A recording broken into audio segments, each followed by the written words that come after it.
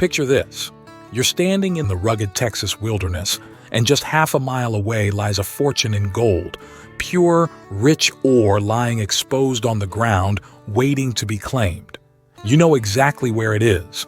Someone pointed it out to you, but you chose to check your watch instead and ride away. Would you be able to live with that decision?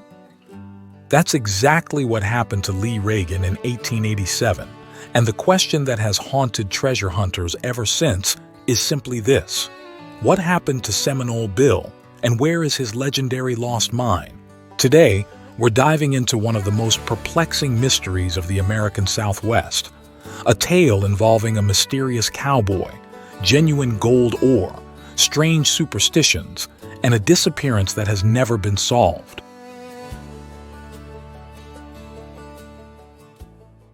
Welcome to Southwest Desert, where adventure meets the arid beauty of the American Southwest.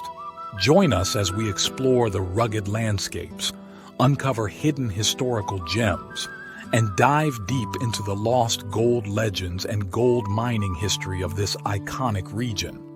Please leave a like or comment. This is very helpful. Let's journey together into the heart of the Southwest Desert. Our story unfolds in the Big Bend region of Texas, where the mighty Rio Grande curves like a horseshoe into Old Mexico. We're talking about a dramatic wilderness of gravel-covered slopes, deep arroyos, spectacular canyons, and rugged highlands. It's the kind of place where legends are born and secrets can stay buried forever. In 1884, four brothers, Frank, Jim, John, and Lee Reagan, established a ranching operation along the Rio Grande, setting up headquarters at the mouth of what's now called Reagan Canyon. These were serious ranchers who knew the land, understood cattle, and could read men. Fast forward to 1887.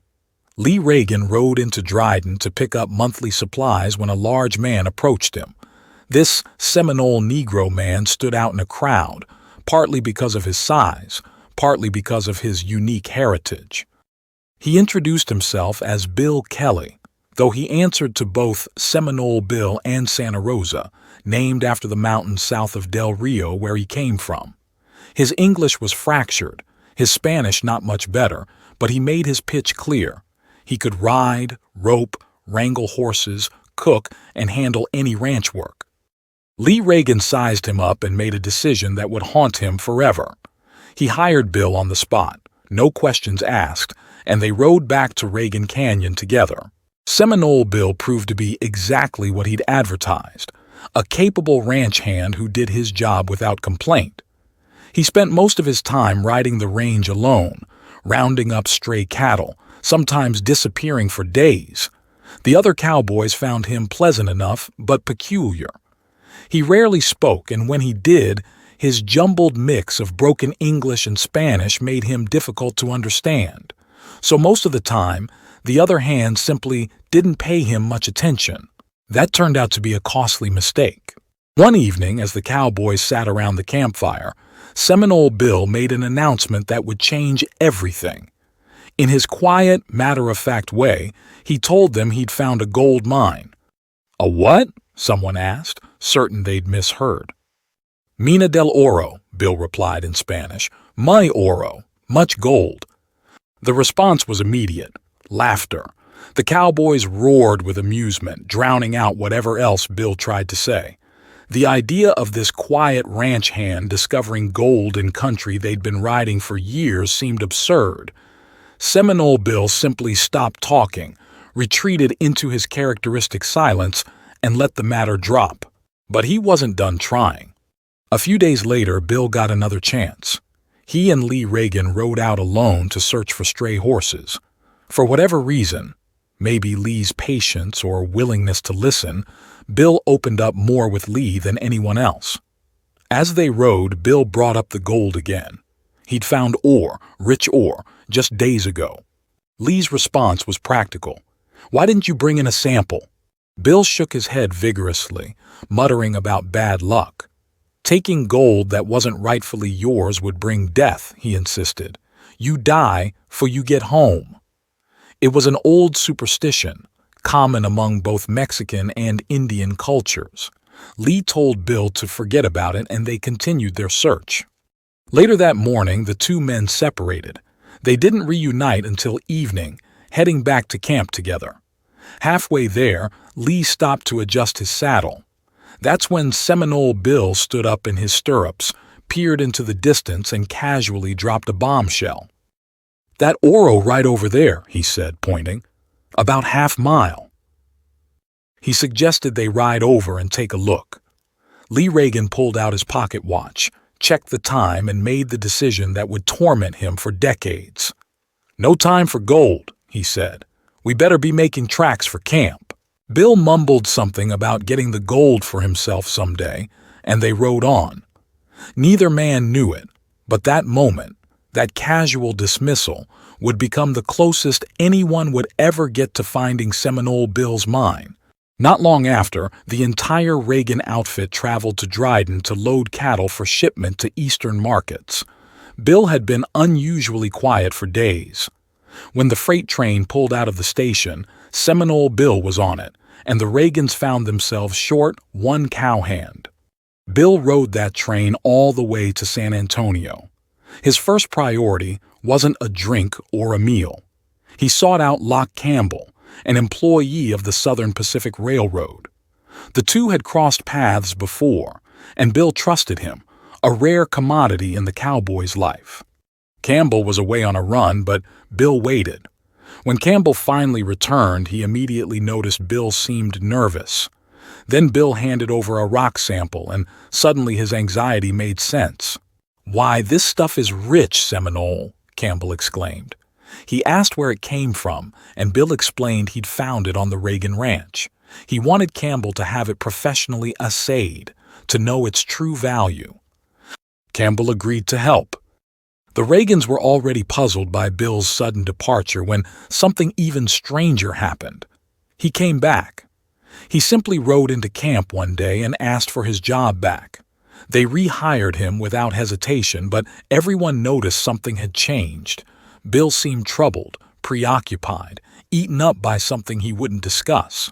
About a week later, Bill took a horse and announced he was riding to Sanderson. The station agent there became the last person on record to see Seminole Bill alive. Bill left his horse with the agent, asked him to return it to the Reagans, and vanished into history. Shortly after Bill's second disappearance, one of the Reagan brothers rode to Sanderson to collect the mail. Among the letters was one addressed to Bill Kelly in care of the Reagan ranch, postmarked from San Antonio. Thinking it might be important, Reagan opened it. The letter was from Locke Campbell. It contained an assay report that confirmed what Bill had been trying to tell them all along. The ore sample was genuinely rich in gold. Seminole Bill hadn't been crazy, superstitious, or lying. He'd found something real, something valuable. And now he was gone. Lee Reagan was convinced he could find the spot where Bill had pointed. He remembered the location, halfway back to camp from their search for horses, at the place where he'd stopped to adjust his saddle. About half a mile from there, Bill had said. It should have been simple, but he found nothing. Despite combing the area repeatedly, the gold remained hidden. The next logical step was finding Bill himself. Reagan contacted Locke Campbell, hoping the railroader might have information. He didn't. Bill had given him no details about the mine's location, only that it was somewhere on the Reagan ranch. Campbell became obsessed. He spent years searching for his friend, eventually tracking down Bill's elderly mother on an Indian reservation hundreds of miles away. She confirmed Bill had visited weeks before his disappearance with samples of rich ore. Then he'd left and never contacted her again. Campbell offered rewards for information. He hired prospectors to search the ranch. He chased down every rumor and reported sighting, spending a small fortune. But the real Seminole Bill never appeared. Every lead went cold. So what happened? The theories are as varied as they are intriguing. Some claim Bill never found a mine at all, that he'd simply picked up ore dropped by fleeing bandits. But skeptics point out that bandits on the run don't carry heavy ore. They'd take coins or processed gold. Others suggested Bill played an elaborate trick on the Reagans, though no one could explain why.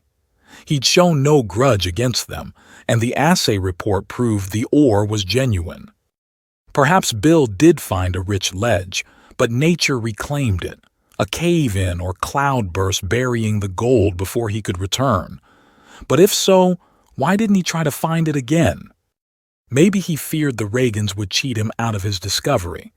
Maybe he truly believed that old superstition about gold bringing death to those who take it. Or maybe, and this is the darkest possibility, Bill talked to too many people about his secret, and someone killed him trying to force the location from his lips. The truth is, we'll probably never know what happened to Seminole Bill. His disappearance remains one of the great unsolved mysteries of the American West. The lost Seminole Bill mine continues to intrigue treasure hunters to this day. People still search the canyons of the Big Bend hoping to solve the riddle. Lee Reagan lived with his regret for the rest of his life. He often said he could kick himself from Texas to Kingdom Come for being more concerned with the time on his watch than a potential gold mine. That moment when Bill pointed into the distance, when fortune was literally half a mile away, haunted him forever. Thanks for watching. If you enjoyed this video, don't forget to like, comment, share, and subscribe for more great content. Hit the notification bell so you never miss an update. See you in the next video.